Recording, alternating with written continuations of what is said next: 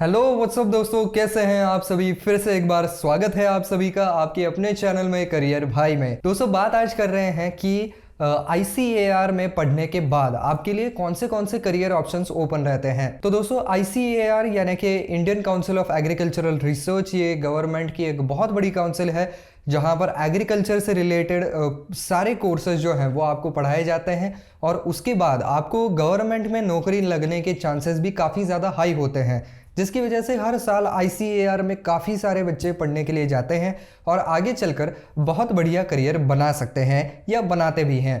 तो दोस्तों क्या है ऑप्शंस, इसके बारे में हम ज़रूर जानेंगे, लेकिन आगे बढ़ने से पहले अगर आप इस चैनल पर नए हैं, अब तक आपने सब्सक्राइब नहीं किया है, तो दोस्तों ज़रूर चैनल को सब्सक्राइब कर दीजिएगा ताकि आप ऐसे ही इंफॉर्मेटिव और काम के वीडियोस देख सकें। तो दोस्तों इस संस्था के अंदर जो है वो आपको लगभग सारी ही चीज़ें सिखाई जाती हैं। फिर यहाँ पर नॉर्मल एग्रीकल्चरल सारे सॉइल के साइंसेस वगैरह ये भी बताए जाते हैं। एग्रीकल्चरल इंजीनियरिंग से रिलेटेड आपकी पढ़ाई होती है। ये जो है वो दुनिया की इकलौती ऐसी संस्था है या काउंसिल है जिसके अंडर तकरीबन 101 एग्रीकल्चरल इंस्टीट्यूशंस आती हैं और 71 एग्रीकल्चरल यूनिवर्सिटीज़ भी आती हैं, उनके साथ इनका अफिलिएशन है। इसके अंदर पोस्ट ग्रेजुएट प्रोग्राम्स भी ऑफर किए जाते हैं या अंडर ग्रेजुएट प्रोग्राम्स भी इसके अंदर जो है वो वहाँ पर ज़रूर ऑफर किए जाते हैं। इसके लिए लेकिन आपको जो है वो एक नेशनल लेवल के एंट्रेंस टेस्ट को क्रैक करना पड़ता है जिसका नाम है all India entrance examination for admission, जिसका शॉर्ट फॉर्म होता है ICAR AIEEA। तो ये इस एग्जामिनेशन का शॉर्ट फॉर्म है और ये NTA में ली जाती है, नेशनल टेस्टिंग एजेंसी में जो है वो ये एग्ज़ाम को कंडक्ट किया जाता है और जो बच्चे इसमें पास होते हैं फिर उनको ICAR में एडमिशन मिलती है।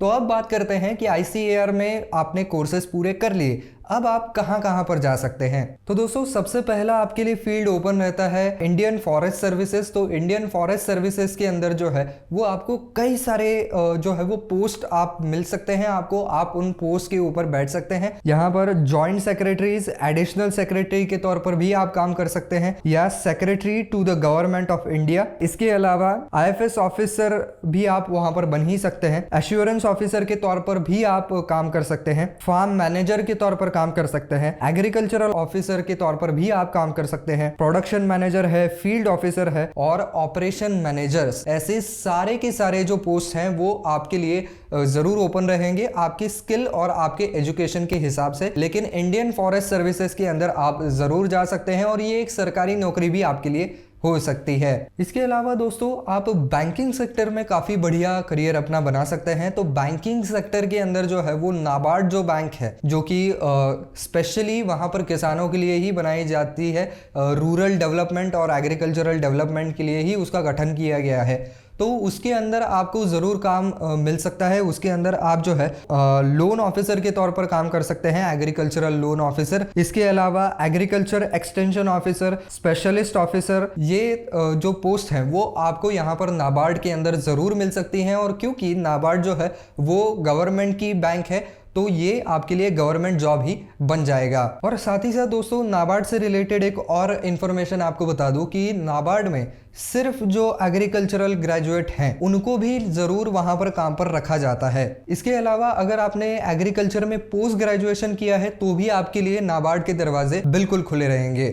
हालांकि इसकी जो है टेस्ट भी हो सकती है और इनके अंदर जो रिक्रूटमेंट्स निकलती है इसके ऊपर आपको ख़ास ध्यान देना पड़ेगा। जनरली इश्तिहार आ जाता है आपको न्यूज़पेपर के अंदर कि नाबार्ड में इतने लोग भरने हैं या उतने लोग भरने हैं, या इंटरनेट के थ्रू भी आप पता कर सकते हैं। अगला दोस्तों फील्ड है जो कि काफ़ी ज़्यादा पॉपुलर है इस फील्ड में, एग्रीकल्चरल रिसर्च। तो एग्रीकल्चरल रिसर्च करने के लिए भी भारत गवर्नमेंट के जो है वो काफ़ी सारी संस्थाएँ काम करती हैं। तो वहाँ पर आप एज ए रिसर्चर के तौर पर लग सकते हैं या साइंटिस्ट के तौर पर भी लग सकते हैं, जहाँ पर आप अलग अलग तरीके के पेस्टिसाइड्स के ऊपर भी रिसर्च करेंगे, उनका धान के ऊपर क्या असर होता है और वैसा धान अगर लोग कंज्यूम करते हैं तो उनके हेल्थ के ऊपर उसका क्या असर पड़ सकता है, नए नए तौर तरीके कौन से हो सकते हैं जिससे कि हम खेती को जो है वो ज़्यादा से ज़्यादा सुधार सकते हैं, ज़्यादा से ज़्यादा उसमें हम कहें कि अनप्रेडिक्टेबिलिटी जो है वो कम कर सकते हैं। और ज़्यादा से ज़्यादा यील्ड हम निकाल सकते हैं, यानी कि ज़्यादा से ज़्यादा फसल निकाल सकते हैं। इन सभी विषयों से रिलेटेड जो है वो आपको वहाँ पर रिसर्च करना होता है, तो आप एज ए रिसर्चर के तौर पर भी ज़रूर काम पर लग सकते हैं। इसके बाद आती है दोस्तों एग्रीकल्चरल इंजीनियरिंग की बारी। तो एग्रीकल्चरल इंजीनियरिंग में खेती बाड़ी से रिलेटेड जो भी कोई मशीनरी लगती है उनका इंस्टॉलेशन किस तरीके से किया जाए, साथ ही साथ नए नए तरीके की मशीनरी को ईजाद करना,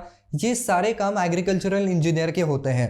तो कोई अगर बड़ी कंपनी है जहां पर इस तरीके के प्रोडक्ट्स बनाए जाते हैं तो वहां पर आप ज़रूर काम पर लग सकते हैं। इसके अलावा दोस्तों आप एज अ एग्रीकल्चरल कंसल्टेंट के तौर पर भी काम कर सकते हैं। तो एग्रीकल्चरल कंसल्टेंट का काम ये होता है कि जो फार्मर्स आते हैं उनके पास, तो उनके सॉइल का सैंपल लेना, उनकी मिट्टी का सैंपल लेना, उसके हिसाब से वो लोग मापते हैं कि इस मिट्टी में नाइट्रोजन कितना है और बाकी के तत्व क्या क्या हैं, इसके हिसाब से इस मिट्टी में कौन सी फसल लगाई जाएगी तो अच्छी उगेगी। साथ ही साथ वो किसान जो है वो कौन से एरिया में रहता है, वहाँ पर बारिश कैसी होती है, वहाँ का मौसम कैसा होता है, ये सब कुछ जो है वो पहले स्टडी करते हैं और उसके हिसाब से वो फार्मर्स की हेल्प करते हैं कि भाई आप आपके खेतों में ये चीज़ का सीड्स बो सकते हैं जिससे कि आपको ये फसल अच्छी आएगी, या इस दौरान आप दो अलग अलग तरीके की फसलें ले सकते हैं, इसके लिए इतना पानी लगेगा। आपके सारे जोग्राफिकल कंडीशन के अनुसार आपको कितना पानी देना पड़ेगा।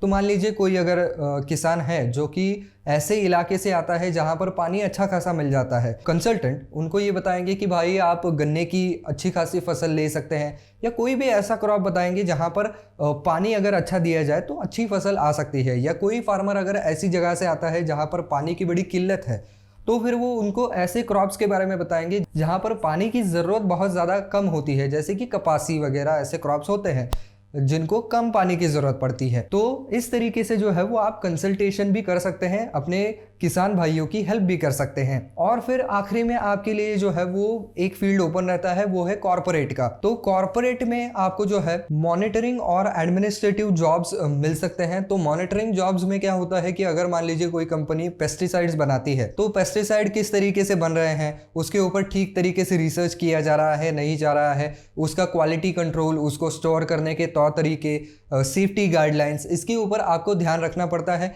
या अगर आपके पास कोई एडमिनिस्ट्रेटिव ड्यूटी है, कोई क्लरिकल वर्क है, तो उसको आपको निभाना पड़ता है। तो दोस्तों ये जो सारे फील्ड्स हैं वो आपको ICAR से निकलने के बाद ज़रूर ओपन रहेंगे। आप इन सारे फील्ड्स में या इनमें से किसी भी फील्ड में जो है वो अपना करियर बना सकते हैं। तो बस दोस्तों आज के वीडियो में इतना ही। आई होप ये वीडियो आपको पसंद आया होगा, काम का लगा होगा। तो दोस्तों अगर आपको वीडियो पसंद आया है ना तो वीडियो को लाइक करना बिल्कुल ना भूलें।